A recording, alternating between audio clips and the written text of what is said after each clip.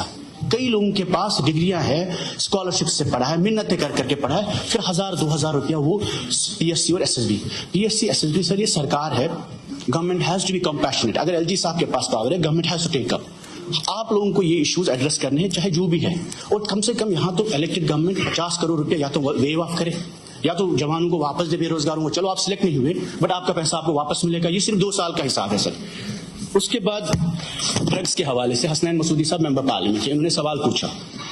5 لاکھ لوگ جموں کشمیر میں ڈرگس کرتے ہیں, سیڈیٹیوز استعمال کرتے ہیں. 4 لاکھ لوگ الکوہل پہ ڈیپینڈنٹ ہے, اور 5 لاکھ یہ 5-6 سال پرانی بات ہے سر جب آپ نے مانگا. اس کے بعد گورنمنٹ کی پرائیورٹی ڈرگس کو لے کر اس بجٹ میں نہیں ہے. میں نے بار منسٹر صاحبہ سے بھی کہا کہ کچھ نوجوان کام کرتے خود ہی چلا رہے ہیں, ان کو ہینڈ ہولڈنگ کریے, سپورٹ کریے. اگر آپ زیادہ کچھ نہیں کر سکتے, ان این جی اوز کو سپورٹ کرنے کی ضرورت ہے. اس کے بعد سب سے بڑا کنسرن جموں کشمیر کی لوگ, چاہے ہندو ہے مسلمان ہے, جموں میں کشمیر میں سب سے زیادہ sir they are dying because of cancer today. More than violence, more than encounters, thousands of people every year are dying because of cancer. Tanveer صاحب نے بھی یہ بات بولی, لیکن سرکار نے اس پہ بھی کوئی زیادہ فوکس نہیں ہے. It's a silent pandemic.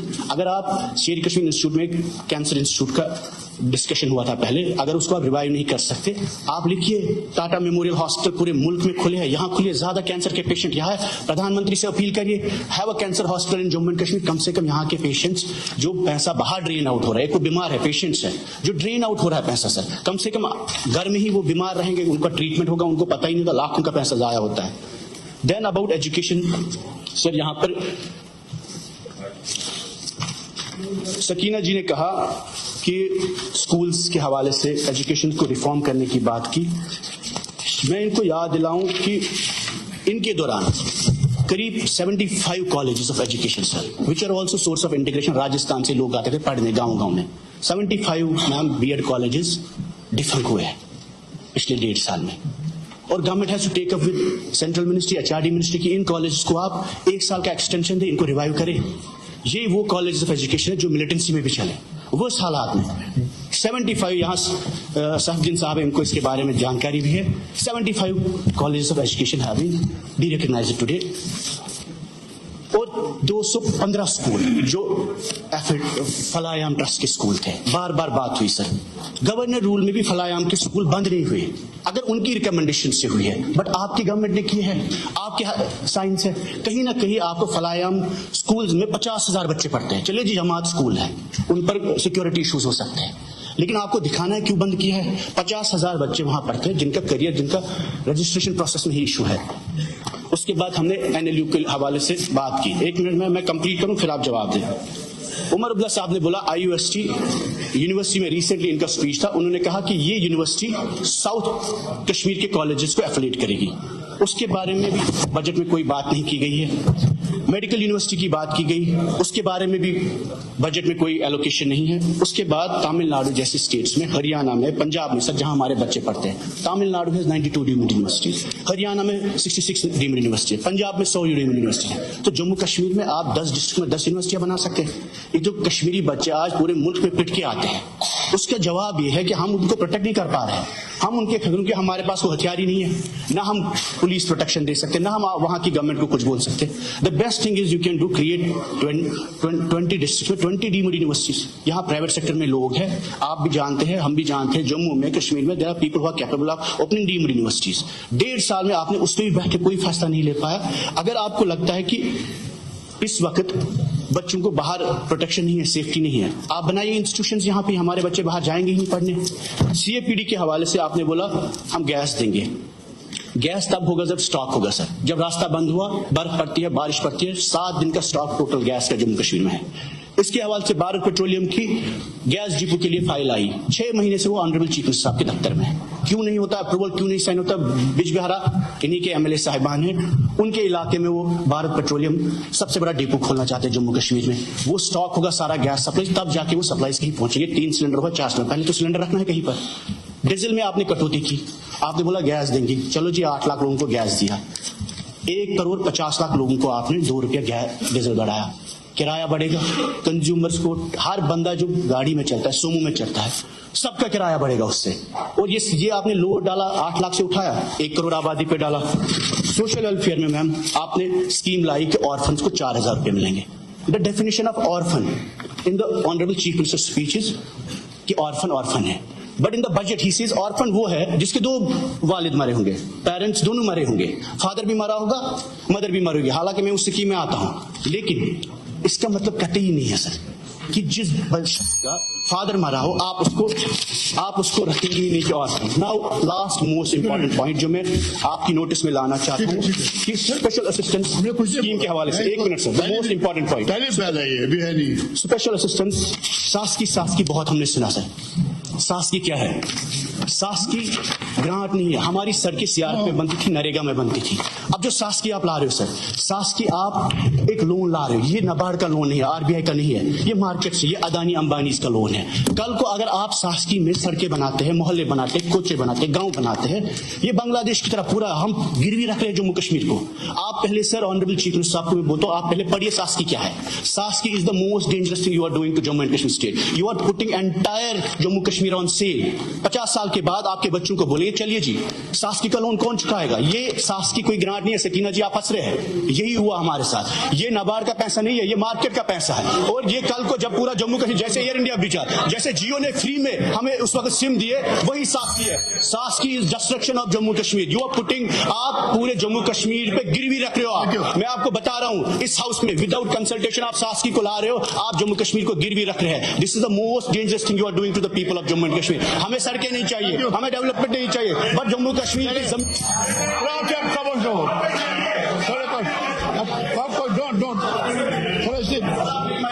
Don't mix politics. چلیے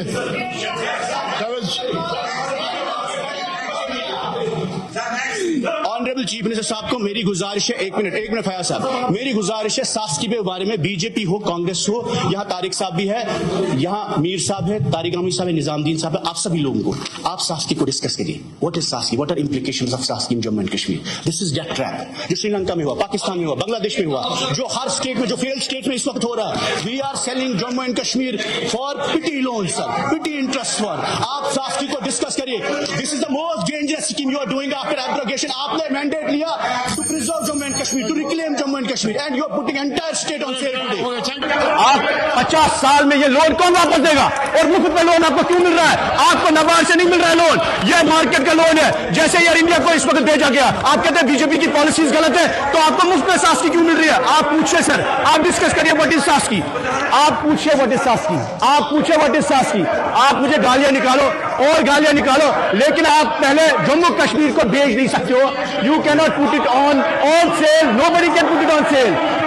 آپ نہیں فیصلہ کر سکتے ہو جموں کشمیر میں ساسکی ہوگا یا نہیں. ساسکی کیا ہے بتائیے ذرا, ساسکی کیا ہے آپ بتائیے, کیا ساسکی ہے, کس کے کہنے پہ کیا آپ نے؟